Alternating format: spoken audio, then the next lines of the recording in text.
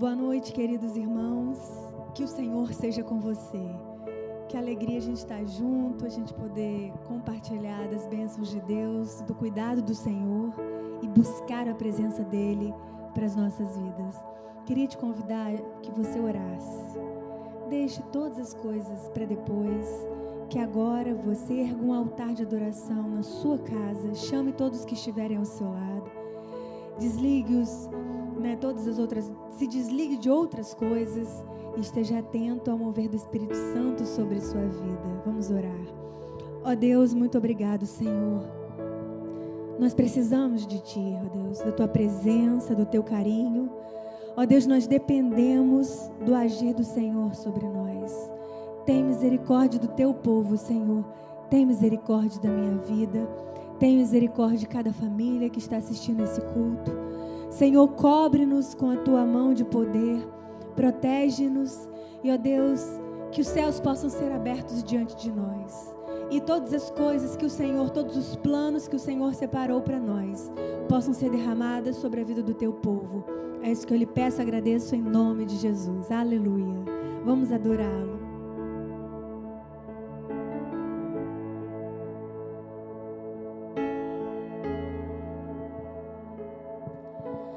Tu és bem-vindo aqui em nosso coração. Toma a direção. Deus, fogo consumidor, sem impedimentos vem, face a face, Senhor. Tu és bem-vindo. Tu és bem-vindo aqui em nosso coração. Toma a direção. Deus, fogo consumidor, sem impedimentos vem, face a face, Senhor. Sopra em nós, Espírito, te queremos, Deus. Sopra em nós, Espírito, te queremos, Deus. Estou de pé na presença do Rei. Tua glória está aqui, Teu amor liberta-me. Estás aqui no trono de louvor. Tua presença me curou, fascinado estou. Sopra em nós, Espírito, te queremos, Deus. Sopra em nós, Espírito, te queremos, Deus.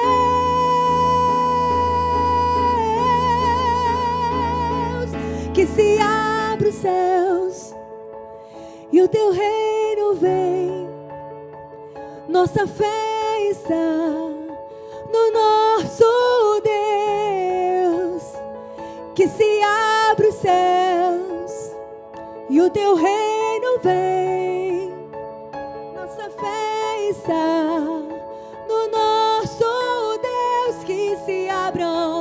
Que se abram os céus e o Teu reino vem. Nossa fé está no nosso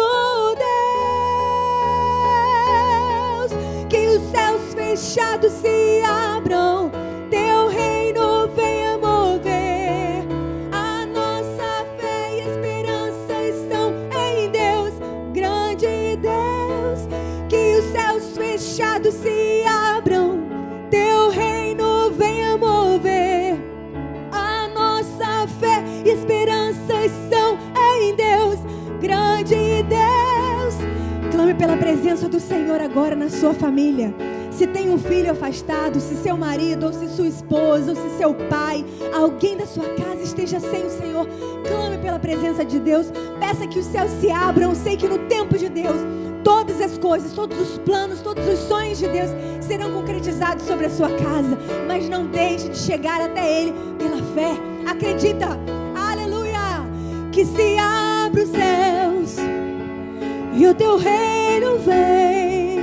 Nossa fé está no nosso Deus. Que se abram os céus e o teu reino vem. Nossa fé está no nosso Deus. Que os céus fechados se abram, teu reino venha mover. A nossa fé e esperança estão em Deus, grande Deus. Que os céus fechados se abram, teu reino venha mover. A nossa fé e esperança estão em Deus, grande Deus. Que os céus fechados se abram, teu reino venha mover. A nossa fé e esperança estão em Deus, grande Deus.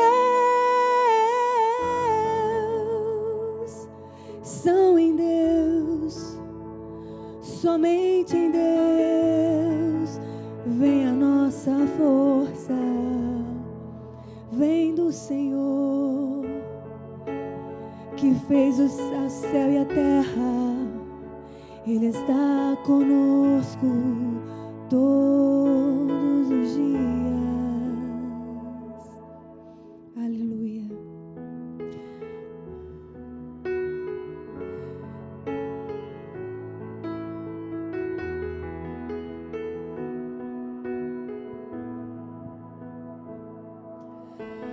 Luz das nações que dissipa as trevas, abre os meus olhos pra ver. Lindo tu és, e eu só quero adorar-te, dar os meus dias pra ti. Vim para adorar-te, vim para prostrar-me, vim para dizer-te: és meu Deus, totalmente amável, totalmente digno. És maravilhoso para mim.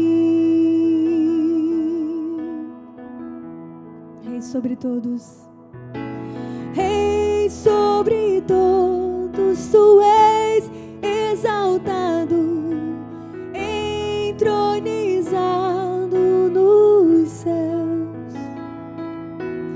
Humildemente viestes à terra, se entregou por amor. Vim para adorar-te, vim para prostrar-me, vim para dizer-te: és meu Deus, totalmente amável, totalmente digno. És maravilhoso para mim.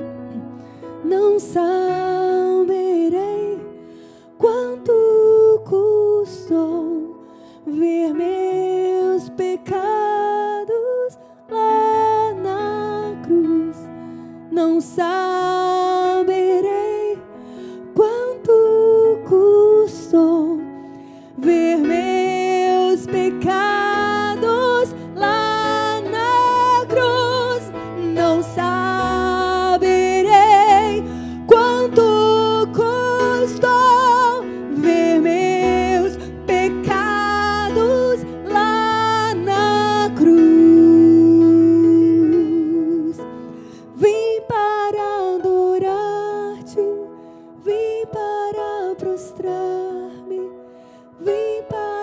dizer-te: és meu Deus, totalmente amável, totalmente digno, és maravilhoso para mim.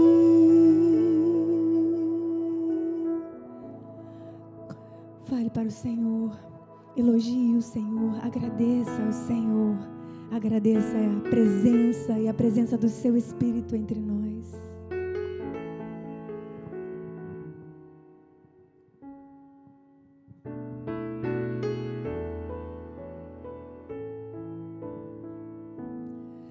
Em espírito e em verdade te adoramos, te adoramos. Em espírito e em verdade te adoramos, te adoramos. Rei dos reis e Senhor, te entregamos nosso viver. Rei dos reis e Senhor, te entregamos nosso viver para te adorar.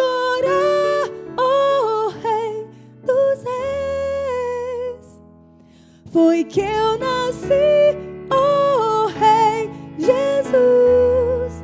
Meu prazer é te louvar, meu prazer é estar nos átrios do Senhor. Meu prazer é viver na casa de Deus, onde flui o amor.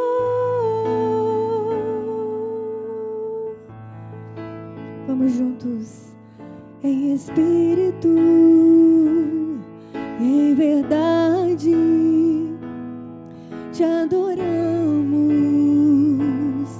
te adoramos. Em espírito e em verdade te adoramos, te adoramos. Rei dos reis e Senhor, te entregamos nosso viver. Rei dos reis e Senhor, te entregamos nosso viver para te adorar, oh Rei dos reis. Foi que eu nasci, oh Rei Jesus. Meu prazer é te louvar, meu prazer é estar nos átrios do Senhor.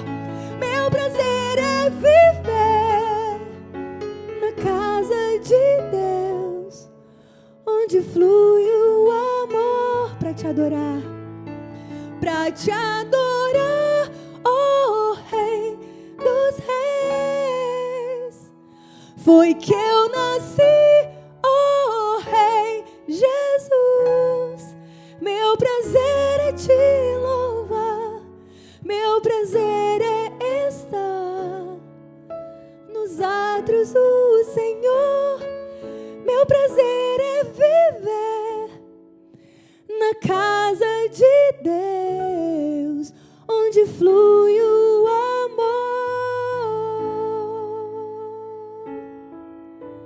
Aleluia. Esta é a sua alegria, este é o seu prazer. Estar na casa do Senhor, adorando todos os dias, como dizia o salmista Davi. Meu prazer também é estar louvando ao Senhor, é a coisa que eu mais amo fazer. Que nós possamos amar mais a presença do Senhor do que qualquer outra coisa. Que você continue adorando e exaltando o nome do nosso Deus. Eu vou orar pela sua vida. e pela fé, e sabemos que Deus pode nos atender. Se você tem algum pedido aí agora, e você queira orar, você se ajoelhe onde você estiver.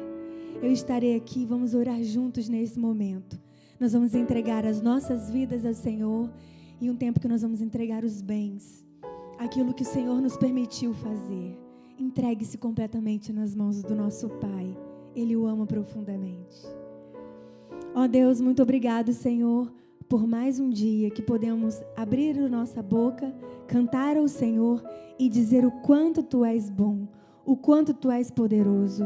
Invada a nossa alma, Senhor, transforma os nossos corações em corações que agradam o Senhor. Nós clamamos por Tua presença, por todos aqueles que estão entregando-se agora, suas vidas, seus bens, seus corações, seus sonhos, seus desejos, seus anseios. Toma-o, Senhor, toma todos eles nas Tuas mãos. Ó Pai, nós clamamos juntos em um coro, em um grande coral. Nós nos erguemos juntos e as nossas vozes possam ecoar, ó Deus, como um incenso suave, um cheiro, ó Deus, que é agradável ao Senhor. Recebe, Senhor, todos os irmãos, recebe a todos nós, nossas vidas, nossas ofertas, a nossa entrega, Senhor. E toma todos os nossos queridos em Teus braços, que eles se sintam abraçados pela Tua presença. E, ó Deus, nós pedimos que a mão do Senhor seja sobre nós, nunca falte, e que nós possamos depender do Teu sustento para nós. Senhor, que haja uma multiplicação sobre a vida dos meus irmãos, tanto, ó Deus, de tempo, saúde, como financeira. Que a graça, a glória e o amor do Senhor sejam sobre todos eles, em nome do Teu Filho amado Jesus. Amém. Queridos, Deus nos abençoe. Amém.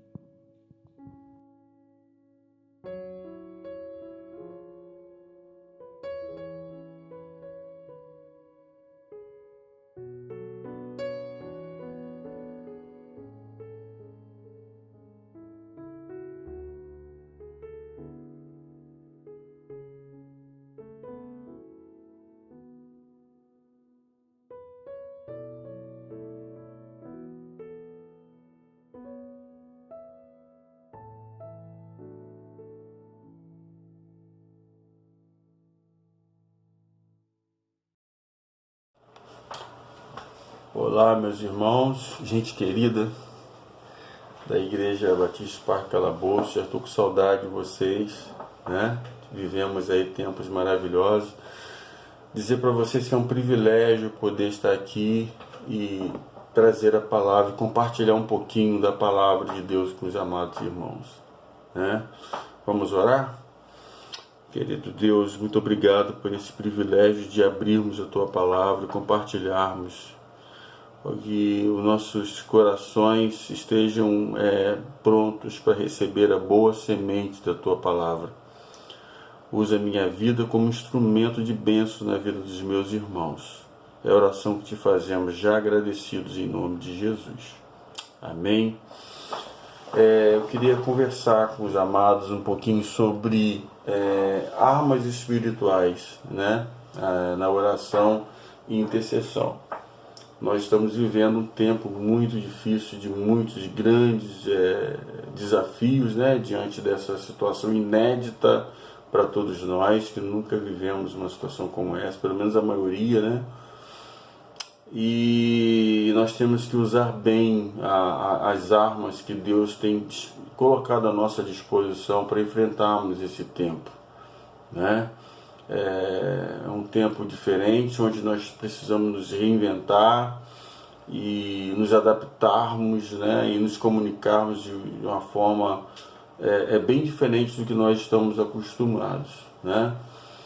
Mas eu queria, em primeiro lugar, né? Antes de falar sobre oração e intercessão, né, como armas espirituais, precisamos conhecer bem estas armas, né? Fazendo um paralelo sobre armas físicas, né? Podemos dizer que nenhum soldado pode ir para uma batalha sem saber utilizar bem a sua arma, pois se assim não for, estará sujeito a ser presa fácil do inimigo, além do risco de se acidentar com o mau uso de sua própria arma. Concluímos então que a arma mal utilizada ela representa perigo, Quando eu era menino, meu pai era guarda noturno na prefeitura, concursado, né? Equivalente ao guarda municipal hoje, né? E possuía uma arma de fogo num determinado dia. Olha o que aconteceu. Eu e meus irmãos, ao abrirmos o armário do quarto dele, né, e da minha mãe, sem que eles soubessem, nós vimos algo que relacionamos a um cabo de guarda-chuvas. Na verdade, era uma arma de fogo. Ficamos maravilhados com aquilo e inocentemente levamos com espanto o fato ao conhecimento dos meus pais, que certamente, após uma breve assembleia com minha mãe, né, se desfez daquela arma, porque ela representava perigo para mim e para os meus irmãos. Certamente uma tragédia foi impedida naquele momento. Irmãos, não basta termos armas de guerra. É preciso sabermos utilizá-las. E na maioria das vezes, irmãos, temos diante de nós, porém, ou não utilizamos, ou utilizamos da maneira errada, né? Então eu quero iniciar essa mensagem falando um pouco aqui sobre a sequência lógica que existe entre as duas armas, né? A oração e a intercessão. Precisamos de discernimento espiritual para melhor compreensão dessa sequência, né? Chega a ser um pouco lógico, né? Percebam que a intercessão está quase sempre relacionada à brecha, com base, né, num texto clássico muito utilizado por intercessores, que é Ezequiel 22:30, né? Procurei entre eles um homem que erguesse o muro e se pusesse na brecha diante de mim e em favor desta terra, para que eu não a destruísse, mas não encontrei nenhum. Antigamente, as cidades na Bíblia, elas eram cercadas por muros de grandes dimensões. E era deixado apenas um portão de acesso para a cidade, em função da realidade que envolvia naquela época, né? Acontecia que as cidades, elas eram protegidas de invasões de povos inimigos. As cidades viviam em guerras, né? Por seus muros, então, ali, que por sinal tinham em posição a vigilância dos sentinelas, né? Conforme Salmo 127:1, a primeira parte do versículo diz: se o Senhor não guardar a cidade, em vão vigia a sentinela. Então, nessa sequência, preciso entender que antes de entrar na brecha da intercessão, ou seja, entrar na brecha por alguém ou alguma coisa, preciso primeiramente orar por mim.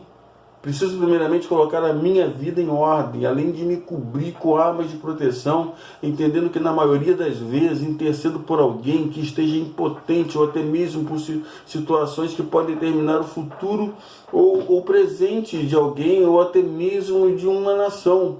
Olha só que responsabilidade. Sendo assim, não posso entrar numa batalha dessa magnitude de qualquer maneira, irmãos.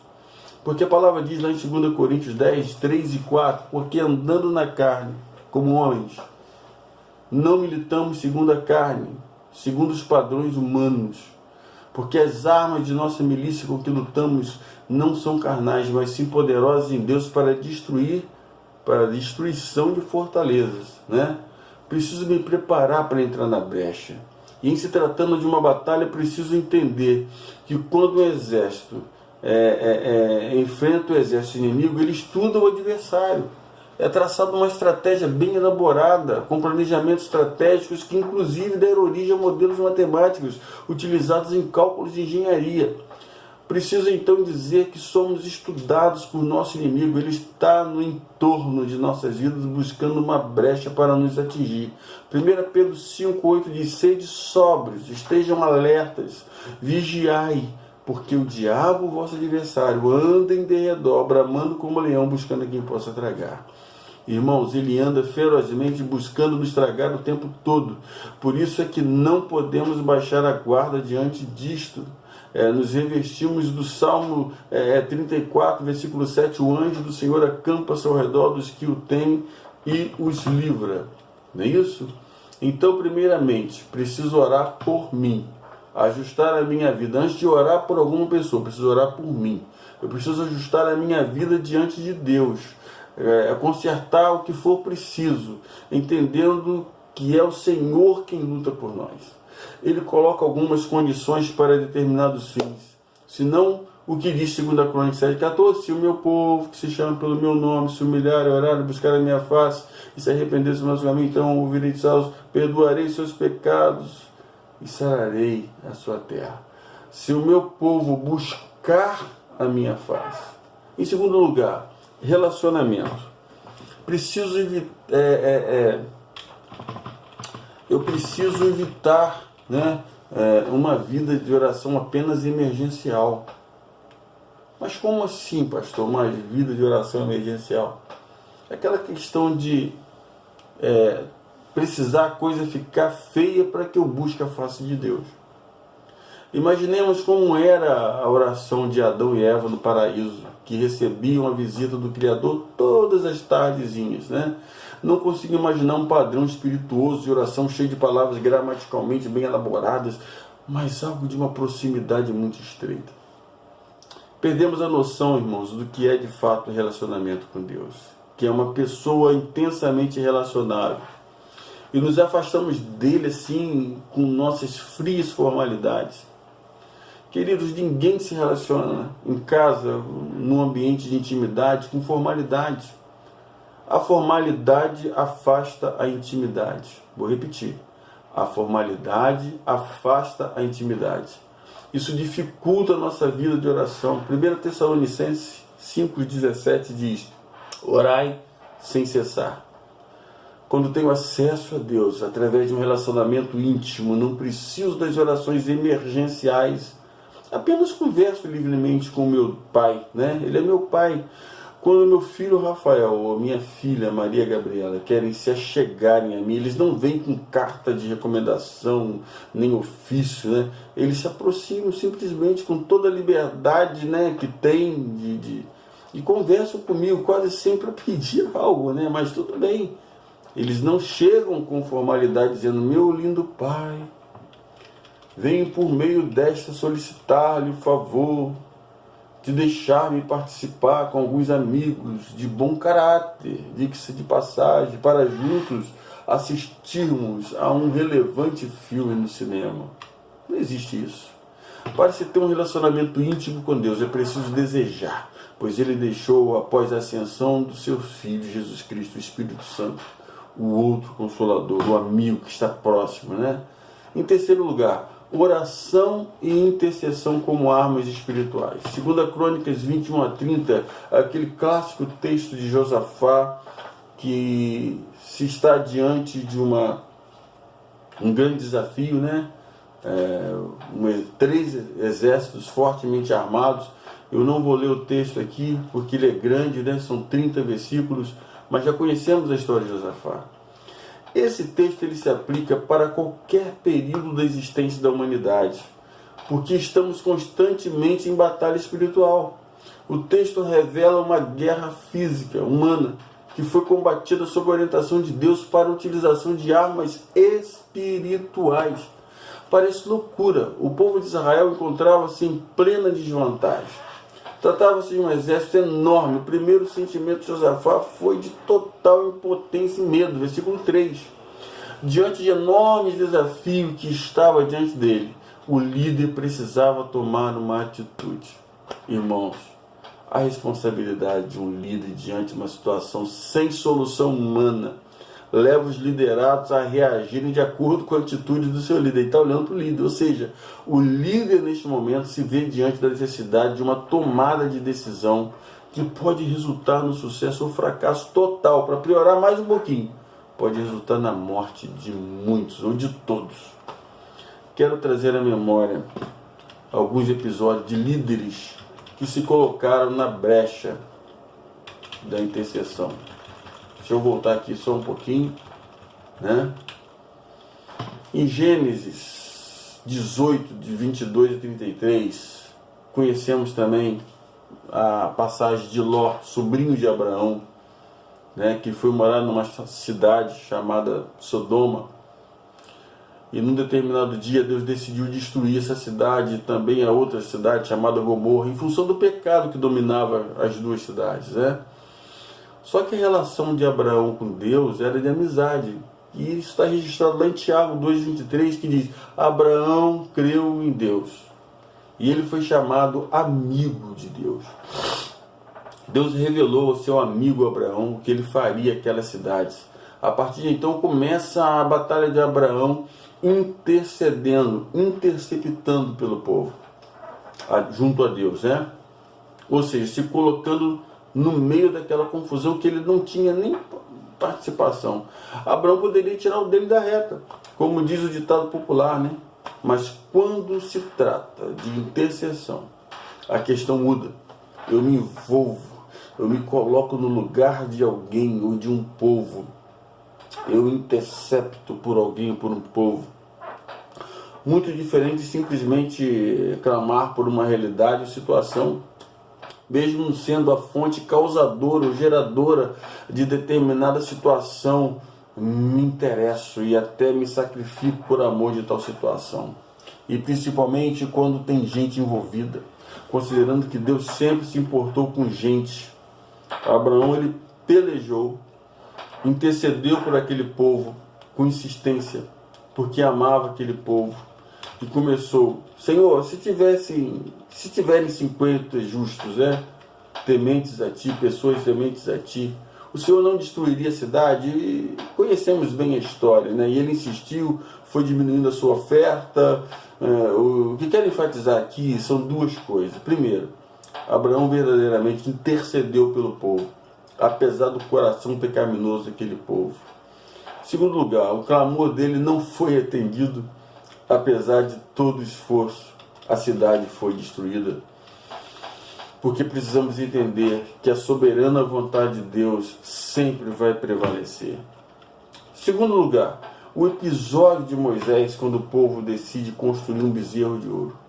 Moisés subiu ao Sinai e lá intercede pelo povo.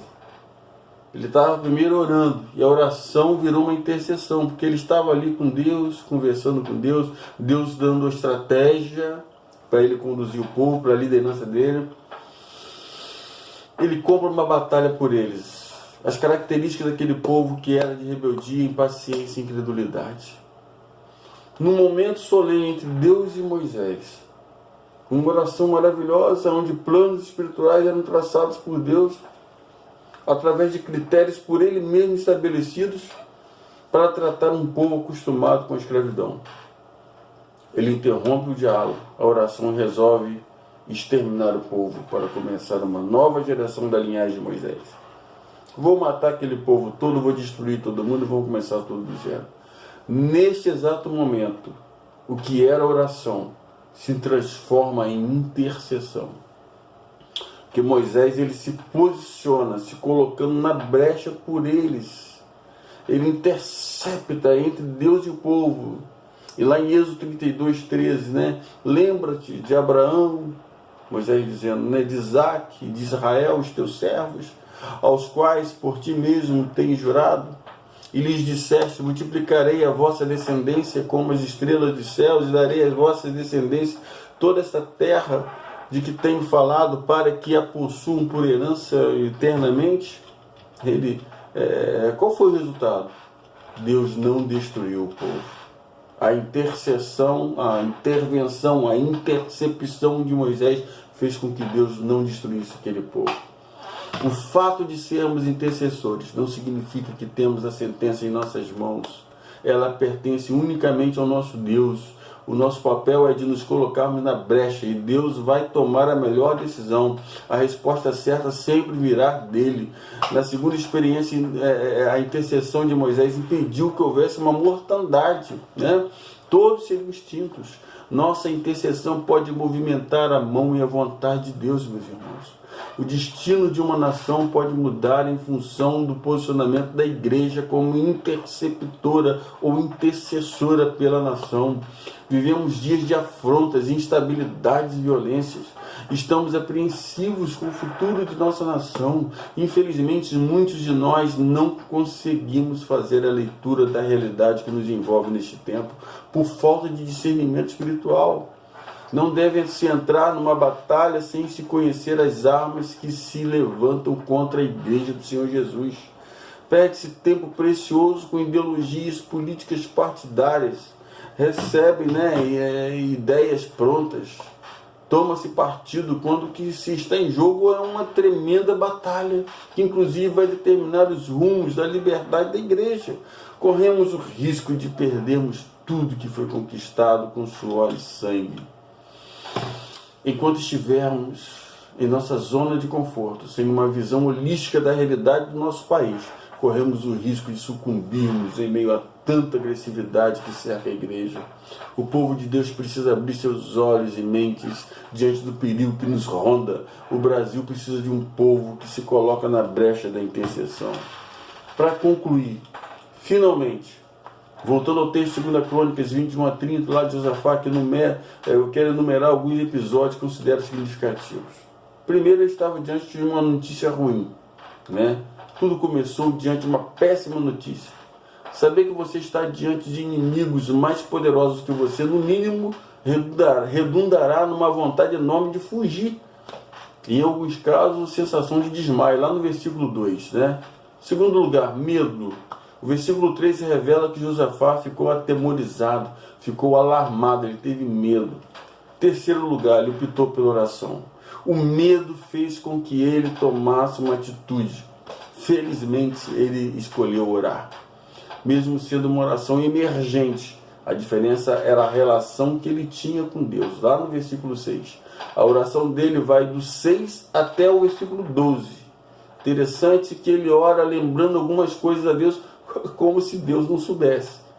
Lembra, o Senhor não permitiu que invadíssemos a terra deles.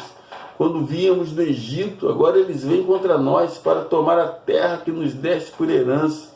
Versículo 13 diz: todos os homens de Judá, com suas mulheres, seus filhos, até os de colo, estavam ali em pé diante do Senhor.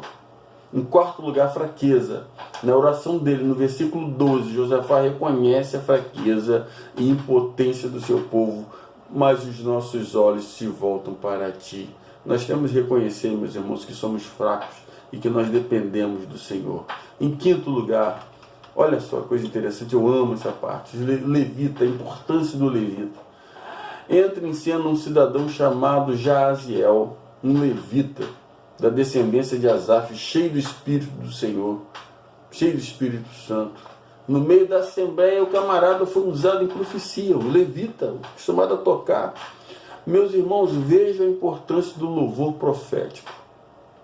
Olha em que a história vai terminar, a conclusão da história. O valor de um levita cheio do Espírito Santo. Deus utiliza o levita porque ele tinha nas mãos uma tremenda arma de guerra chamada louvor e adoração através da música. Muitos não entendem que o levita trava constantemente guerra espiritual quando se posiciona. Deus usou o levita para tranquilizar e levar paz para todo o povo. E em profecia animou a todos, já disse da parte de Deus o resultado final da batalha. Por isso que não cabe na casa do Senhor músicos que servem a si mesmo, alimentando carreiras brilhantes que exaltam o seu próprio sucesso pessoal. Por isso que lutamos o tempo todo em torno de uma visão que o Senhor tem nos entregue nesse tempo.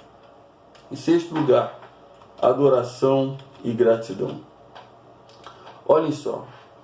O que acontece após a profecia do levita, no versículo 18? Josafá e todo o povo de Judá, os moradores de Jerusalém, prostraram-se com o rosto em terra em adoração. Veja que a adoração não está exclusivamente relacionada à música, porque quem cantou no versículo 19 foram os levitas, descendentes dos coatitas e dos coreitas, que levantaram-se e louvaram o Senhor, o Deus de Israel, em alta voz. Versículo 21 diz: depois de consultar o povo, Josafá nomeou alguns homens para cantarem ao Senhor e louvarem pelo esplendor de sua santidade, indo à frente do exército, cantando: deem graças ao Senhor, pois o seu amor dura para sempre. Em sétimo lugar, fé. Versículo 20 diz: escutem-me, Judá e povo de Jerusalém, tenham fé no Senhor, o seu Deus, e vocês serão sustentados. Tenham fé nos profetas do Senhor e terão vitória. Em oitavo lugar, batalha e vitória. Versículos 22 e 23. Quando o povo começou a cantar e a entoar louvores, o Senhor preparou uma emboscada entre os inimigos e eles se autodestruíram de maneira que ninguém ficou em pé. Em nono, alegria. Depois de 4 dias A alegria ainda permeava no meio de um povo que antes desacreditado se via diante de um triunfo dado por Deus. Versículo 27. Todos os homens de Judá e Jerusalém voltaram alegres para Jerusalém, pois o Senhor os enchera de alegria, dando-lhes vitória sobre os seus inimigos. Em 10º, temor. Versículo 29. O temor do Senhor veio sobre todas as nações, quando souberam como o Senhor havia lutado contra os inimigos de Israel. 11º, paz. Finalmente, versículo 30, Deus concedeu paz em todas as fronteiras durante o reinado de Josafá. O reino de Deus é um reino de paz, quando utilizamos as armas de guerra da maneira correta, oração e intercessão. A guerra termina em paz para aqueles que servem ao Senhor. Essa é a palavra que eu tenho para deixar com vocês, amados. Vamos utilizar bem nesse tempo de pandemia, de pavor, né? De pânico, a palavra de paz, a palavra profética, a palavra revelada, que traz paz para as nações. E como igreja do Senhor Jesus, que possamos nos arrepender, porque o nosso arrependimento vai trazer cura para a nossa nação. Amém? Espero que essa palavra encontre corações sedentos pela palavra de Deus. Que Deus abençoe essa igreja querida e amada. Que Deus abençoe a vida do pastor Charles, Cíntia, Bernardo e toda essa congregação maravilhosa. Deus os abençoe. Grande abraço para vocês.